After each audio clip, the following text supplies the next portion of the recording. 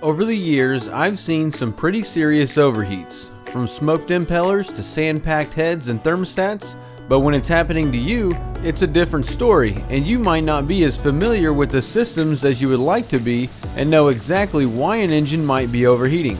So let's go through the reasons why and start with how an outboard cooling system works. We will focus on outboards today, but the same principles will apply to your inboards and stern drive engines as well. They just have two different options between being raw water cooled and operating almost exactly as an outboard, just in a different style because of the engine design, or being closed loop cooled by using a heat exchanger, which is basically the same as what the radiator in your car does. The closed loop system saves you from running raw salt water through the engine and worrying about salt buildup like you would down here in the islands where you won't find many inboard boats, simply because of how damaging the salt water is to the engines and the drives. Now, there aren't any outboards that have closed loop cooling, but all of these cooling systems will have a heart, which is going to be this little thing here that is your water pump impeller. The inlets on the inboards can either be scoops on the bottom of the boat that will go to a water pump that is usually driven by a belt, or inlets on the drives themselves similar to your outboards. They will be located on top of the lower unit and are driven by the spinning of the drive shaft on the gear case.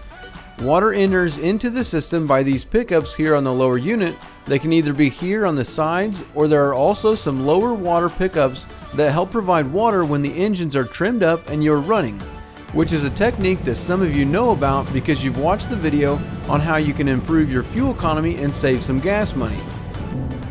I'll put a link to that video below, and you can see that these pickups run the water straight up to the bottom of the water pump housing.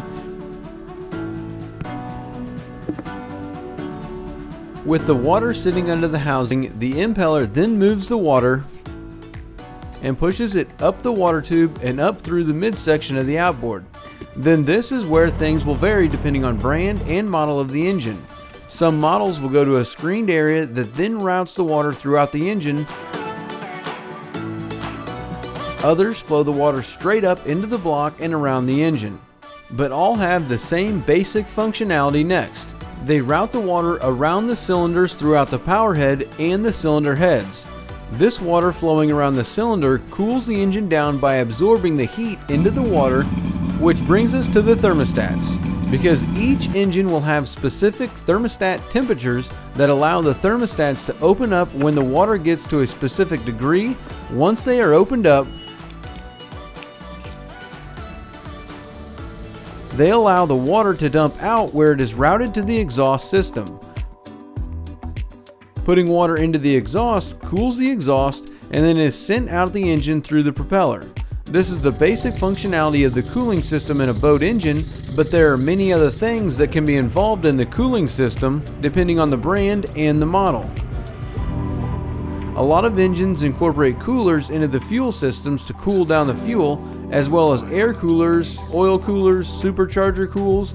Even Evinrude's, they water cool the engine computer that they call an Engine Management Module, or EMM.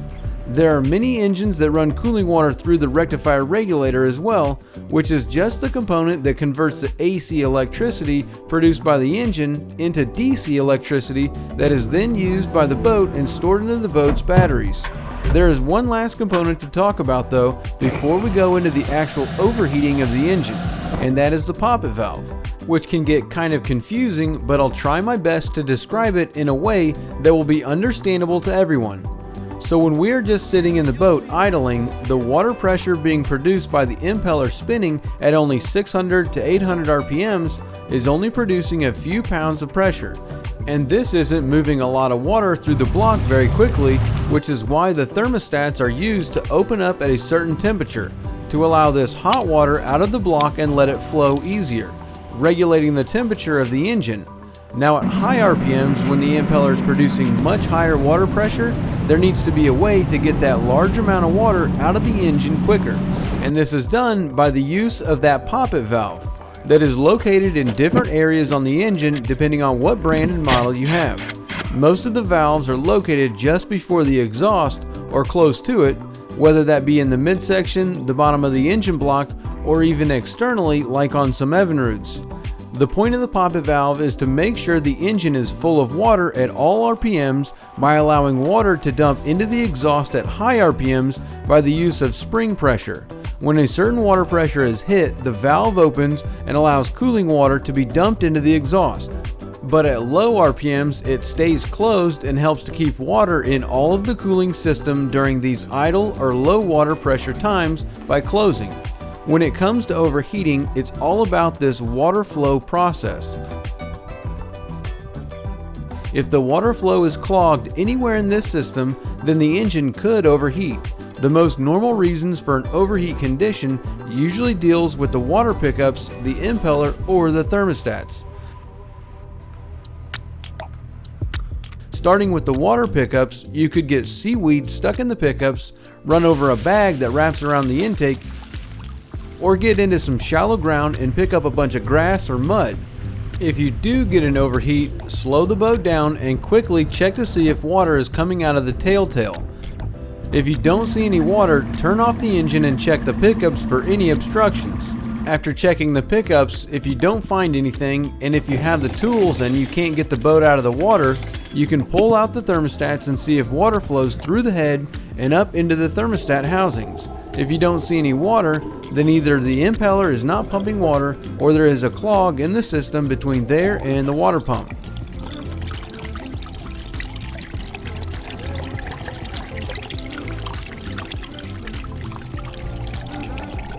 Now, if the engine is ran for too long without water going to the impeller will burn up, break blades off, or even melt the housing and clog it up.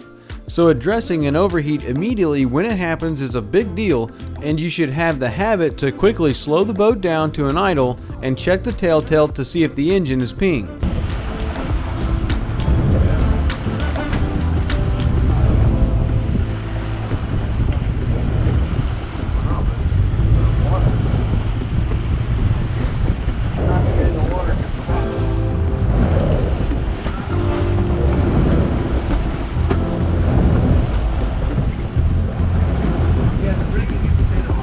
Now, there are other models that have certain issues when it comes to overheating, like where corrosion can eat away at the exhaust and allow the engine to lose water pressure, but these are model specific and only affect those that have these engines.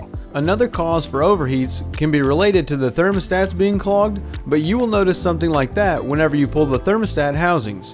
Then there could also be an issue with the poppet valve. If the poppet valve is stuck open and the water pressure from the impeller is already low, then all the cooling water can be escaping out the poppet valve and not allowing enough water to flow through the engine at low speeds, causing a low speed overheat issue. That could swing the other way as well though.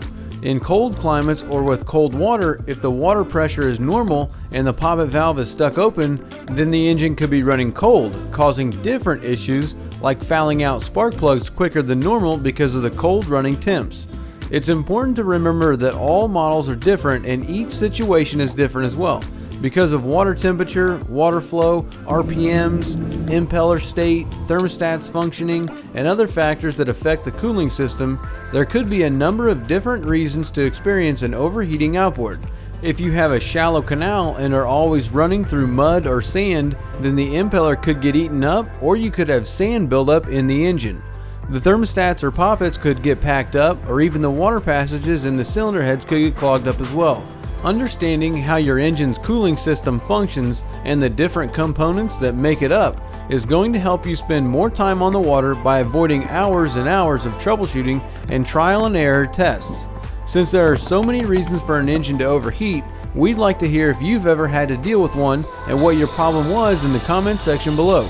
And we'd also like to let you know that because it is going to take so long for us to get the first batch of the new shirts in, we've decided to go ahead and let the 10% off sale run until we get those shirts in and get past the long shipping process.